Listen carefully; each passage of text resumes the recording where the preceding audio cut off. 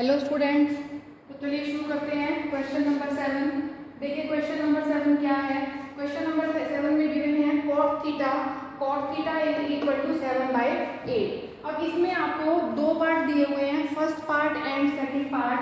First part में आपसे ये पूछा गया है और सेकंड पार्ट में ये पूछा गया है। तो हम स्टार्ट करते हैं फर्स्ट पार्ट। देखिए फर्स्ट पार्ट सॉल्व करने के लिए आप क्या करोगे, यहाँ देखो क्वेश्चन में हमें फर्स्ट पार्ट में साइन थीटा दिख रहा है और कॉस थीटा, तो हमें सीधा सा पता लगता है यहाँ से कि हमें क्या निकालना है, साइन थीटा और कॉस थीटा। तो यहाँ पहले आप देखो cot थीटा इज 7/8।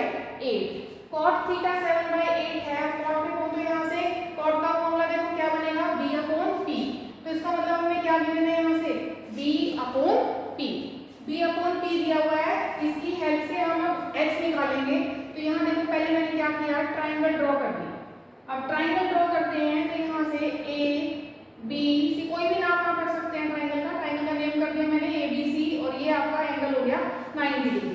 अब देखो यहाँ से थीटा एंगल है, मैंने इस एंगल को थीटा मान लिया है। बताया मैंने पिछले क्वेश्चन में भी आपको, चाहे आप एंगल थीटा ये मान लें चाहे ये मान लें, लेकिन अकॉर्डिंगली फिर हमें सॉल्व करना पड़ेगा कि हमें परपेंडिकुलर क्या लेना है और हमें बेस क्या लेना है।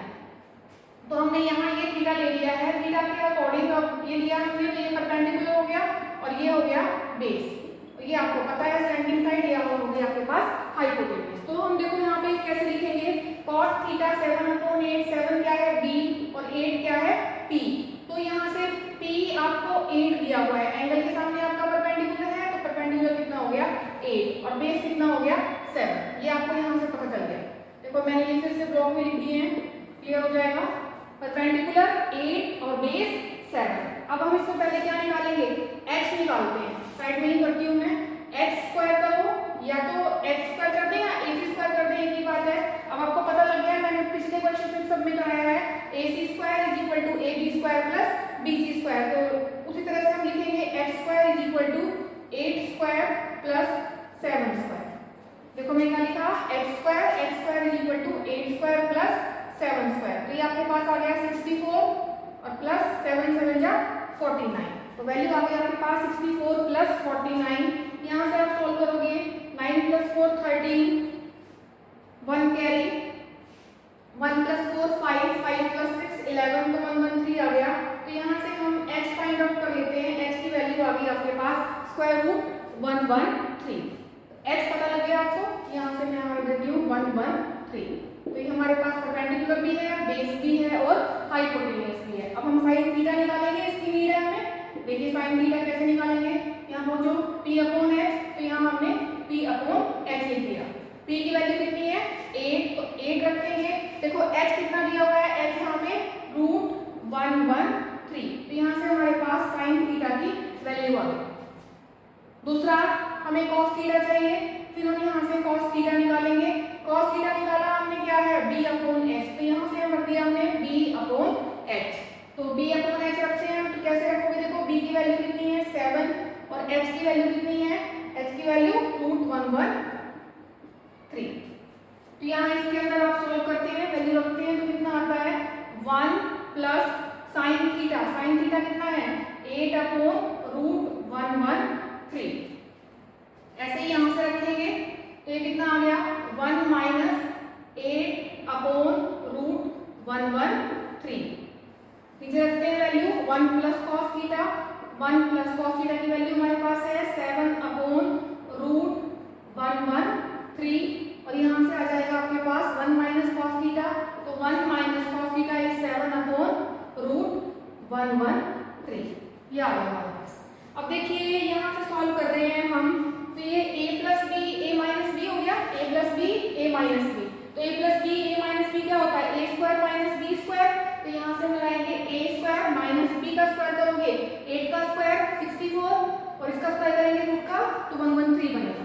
ऐसे ही यहाँ पे सॉल्व करेंगे, a plus b a minus b मैं साइड में लिख देती हूँ, a plus b a minus b this is equal to a square minus b square. तो यहाँ पे सॉल्व किया हमने, a स्क्वायर 1 का स्क्वायर करेंगे 1 ही आएगा, इसका स्क्वायर आप करते हो तो ये आ जाएगा 49/113। देखिए हम सॉल्व कर रहे हैं, अब यहाँ से क्या आ गया, ये 113 -64 अपॉन 113 अपॉन 113 -49 अपॉन 113।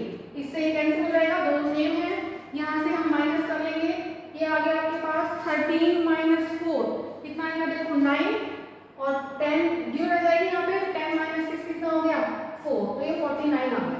अब नीचे कितना आएगा देखो 113 - 49 13 - 9 4 10 बचा आपके पास यहाँ पे 10 - 4 6, तो 49/64, तो ये वैल्यू आपके पास आ जाती है 49/64। ये आपका फर्स्ट पार्ट हो गया। देखिए इसी क्वेश्चन को हम दूसरे मेथड से कैसे कर सकते हैं, मैं साथ में ही कर रही हूँ, चाहे आप इस क्वेश्चन को ऐसे सॉल्व करें, आपका आंसर आ गया, हम इसी क्वेश्चन को आप दूसरे मेथड से सॉल्व करेंगे।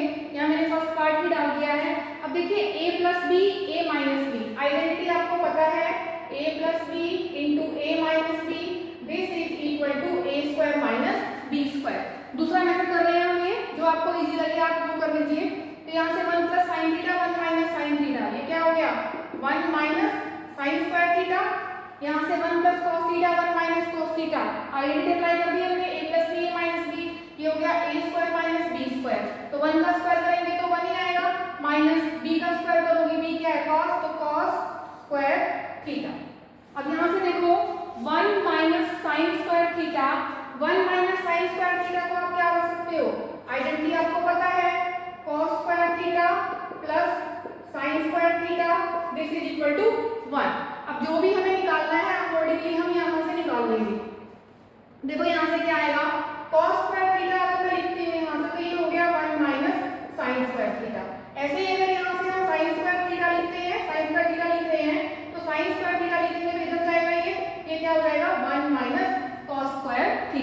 तो आपको पता लग गया यहाँ से 1 - sin² θ के लिए क्या आ गया cos² θ, आप डायरेक्ट यहाँ cos² θ रख दो। दूसरा क्या है 1 - cos² θ, उसके लिए क्या आ गया sin² θ, तो cos² θ अपॉन sin² θ। तो यहाँ से हम क्या कर सकते हैं, इसको cos upon sin formula apply करिए, cos अपॉन sin क्या होता है बताया था मैंने प्रीवियस कंसेप्ट में, cot² θ, तो cot² θ आ गया। अब cot² θ, cot की वैल्यू है आपके पास कितनी है देखो 7/8, यहीं पे आप करिए 7/8 का स्क्वायर, ये कितना आ गया 49/64। देखो ये हमारा क्वेश्चन यहाँ से फर्स्ट पार्ट जब हमने सॉल्व किया, डायरेक्ट किया है कि साइन और कॉस निकाल के वैल्यू रखी, लंबी कैलकुलेशन हो रही है। अगर हम इस मेथड से करते हैं तो हमारा 2 स्टेप में क्वेश्चन हो जाता है, और साथ ही यहीं से हमारा सेकंड क्वेश्चन हो गया। सेकंड पार्ट है cot² θ, तो cot² θ करेंगे डायरेक्ट आप रख देंगे। अगर मैं सेकंड पार्ट को भी सॉल्व करती हूँ, हम यहाँ से अगर सेपरेटली भी सॉल्व करते हैं तो cot² θ आया। अब cot² θ है, cot² θ आपको पता है, cot θ की वैल्यू दी हुई है 7/8, इसका स्क्वायर कर देंगे तो ये आ गया 49/64। तो यहाँ देखो फर्स्ट पार्ट हमने इस तरीके से सॉल्व किया, थोड़ा लंबा कैलकुलेशन हो रहा है इसका।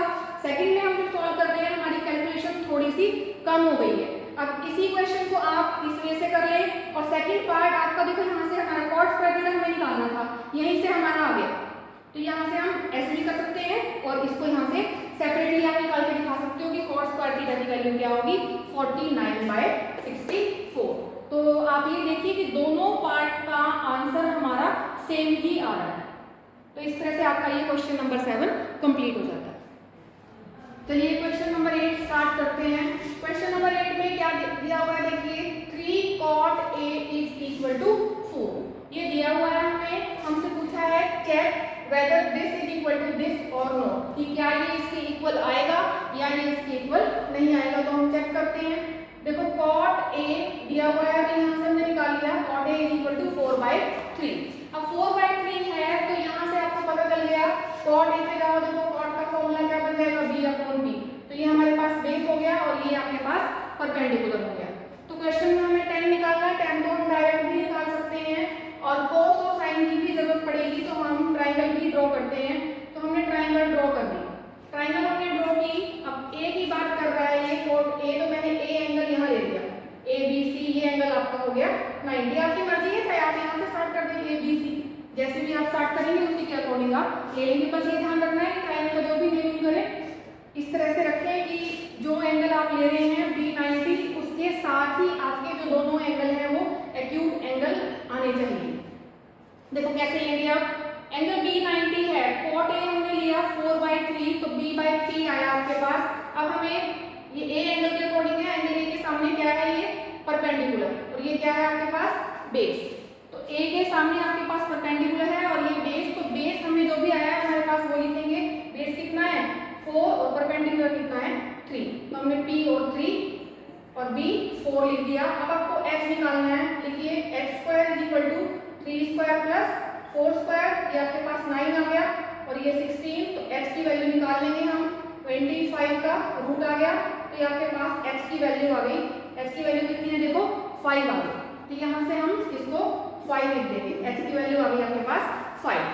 अब आप यहाँ से देखो कि हमें क्या निकालना है। मैं लेफ्ट हैंड साइड लेती हूँ पहले, लेफ्ट हैंड साइड ली मैंने 1 - 10² अपॉन 1 + 10² अच्छा आपको यही पता है फॉर्मूला डायरेक्ट हम कैसे निकालते हैं, मैं साथ में ही लिखती हूँ, देखो 10a = 1 अपॉन cot a, ये फॉर्मूला आपको पता है, तो बस डायरेक्ट हम यहीं पे कन्वर्ट कर देंगे। 1 अपॉन cot a की वैल्यू क्या है देखो 4/3, तो यहाँ रख दिया हमने 4/3, तो ये हो जाएगा आपके पास 3/4, तो 10a की वैल्यू आ गई 3/4। देखो मैंने साथ में लिख दिया है 10a = 3/4। अब आप क्या करोगे, इसमें इसकी वैल्यू रखनी है, रखिए वैल्यू 1 - 10a कितना है देखो 3/4, तो 3/4 का स्क्वायर, तो यहाँ आ गया 1 + 10a कितना है 3/4, इसका स्क्वायर यहाँ कर दो। 1 - 3 का स्क्वायर करेंगे 9, 4 का स्क्वायर करेंगे 16, नीचे आ गया आपके पास 1 + 3 का स्क्वायर किया 9, 4 का स्क्वायर किया 16, तो इस तरह से आपके पास ये टर्म्स आ गई। अब सॉल्व करिए एलसीएम लेके, तो कितना हुआ 16 - 9 7, 7/16, तो इसको लिखेंगे आप 7/16 अपॉन 16, एलसीएम लेंगे तो 16 + 9 25, तो 25/16, 16 16 कैंसिल हो जाएगा, तो ये आ गया आपके पास 7/25, ये हमारी वैल्यू आई है लेफ्ट हैंड साइड की।